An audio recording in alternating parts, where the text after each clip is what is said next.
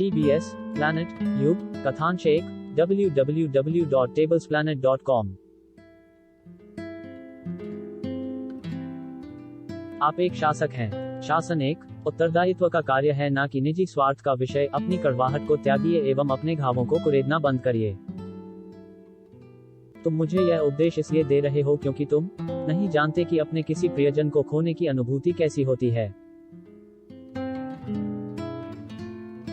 मैं यही कामना करता हूं कि किसी को भी उस क्षति का सामना ना करना पड़े जो मैंने सहे हैं। आपके पुत्र एक वीर योद्धा थे, जिस मातृभूमि की रक्षा हेतु उन्होंने अपने प्राण गंवाए। मैं विवश हूं। यदि तुम इन लोगों के प्रति इतनी सहानुभूति देखते हो तो जाओ और जो कुछ तुमसे संभव हो करो। मेरे सभासद तुम्हारी सहायता करेंगे। यह मेरा आदेश है। युग एक भरे बाजार के मध्य नगरवासियों को संबोधित करता है। अश्वपुर के निवासियों, महाराज को आपकी पीड़ा का भान है और इसलिए आपकी समस्याओं पर ध्यान देने हेतु उन्होंने मुझे, या तो आप मुझ पर विश्वास करें अन्यथा इसी अवस्था में जीते रहें। ये पूर्णतः आप पर निर्भर है। चेष्टा की जा सकती है। वैसे भी हमारे पास खोने को कुछ। उनकी समस्याओं को जानने के पश्चात यहाँ की मुख्य समस्या ये अकाल है। वर्षा यहाँ के खेतों को पुनर्जीवित कर देगी, साथ ही व्यापार को भी बढ़ावा मिलेगा। तत्पर हे देवराज इंद्र, इस बंजर भूमि पर पर्याप्त मात्रा में वर्षा हो जाए।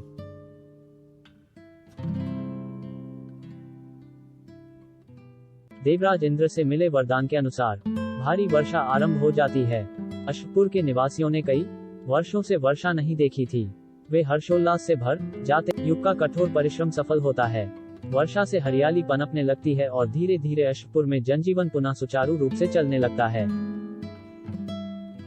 पाठशालाओं और स्कूल डी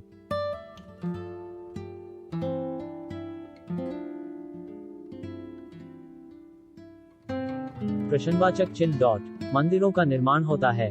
नॉट ओ।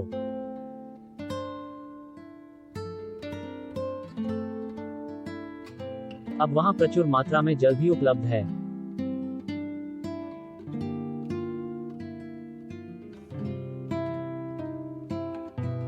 समझ नहीं आता आपको किस प्रकार धन्यवाद करें। आपने तो हमारे जीवन का स्वरूप ही बदल डाला है।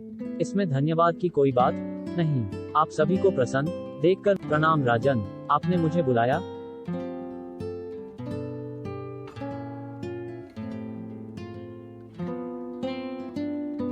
मैंने तुम्हारे प्रति अपना आभार प्रकट करने हेतु तुम्हें बुलाया है। मैंने अपने कर्तव्यों की पूर्ण उपेक्षा कर दी थी और आत्मग्लानि में लिप्त हो चुका था।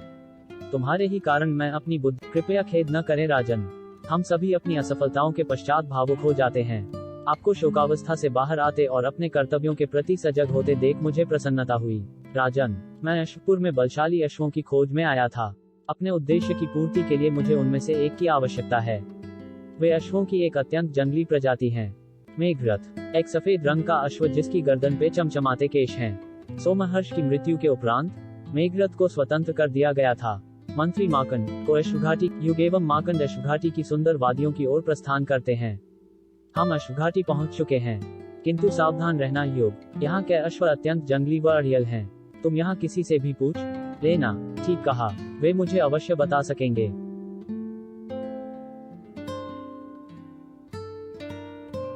युग घाटी में भ्रमण कर रहा था कि तभी एक नदी के निकट उसे दो सुंदर अश्व दिखाई पड़ते हैं।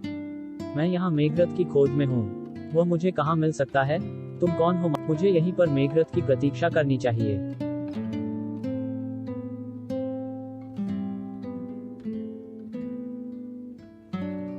कुछ समय पश्चात युग को एक चमचमाते केशों वाला सफेद अश्व नदी की ओर आता दिखाई पड़ता है। प्रतीत होता है यही मेघरथ है। तुम मुझे कैसे जानते हो अनजान युवक? तुम्हें मुझसे क्या चाहिए? यदि मैं भूल नहीं कर रहा तो तुम ही मेघरथ हो। महाराज दशवेश ने मुझे तुम्हारे विषय में बहुत कुछ बताया। मैं युग हूँ। शाक्यसुर नामक एक दुष्ट असुर को पराजित करने के उद्देश्य पे निकला हूँ, किंतु ऐसा मैं अकेले नहीं कर सकता। मुझे तुम्हारे जैसे एक शक्तिशाली और चपल साथी की, क्योंकि तुम पूर्व में राजकुमार सोमहर्ष के संग ऐसा कर चुके हो। स्मरण रहे कि शाक्यसुर किसी को भी नहीं छोड़ेगा। अश्वघाटी का भी विनाश हो जाएगा। प्रयास कर सकता। मेघरथ जैसे अश्व की सवारी कर पाना आसान कार्य तो कतई नहीं था, किंतु देवपुर में भद्रुष द्वारा प्राप्त प्रशिक्षण की सहायता से। प्रश्नवाचक चिन्ह डॉट एक कठिन संघर्ष के पश्चात यज्ञ ने अंततः मेघरथ को नियंत्रित कर ही लिया। आपने स्वयं को सिद्ध कर दिया है। अब से आप मेरे स्वामी हैं और मैं अत्यंत हर्षित हूँ कि तुम मेरे साथी हो मेघरथ। हमारा अगला पड़ाव है चक्रगढ़।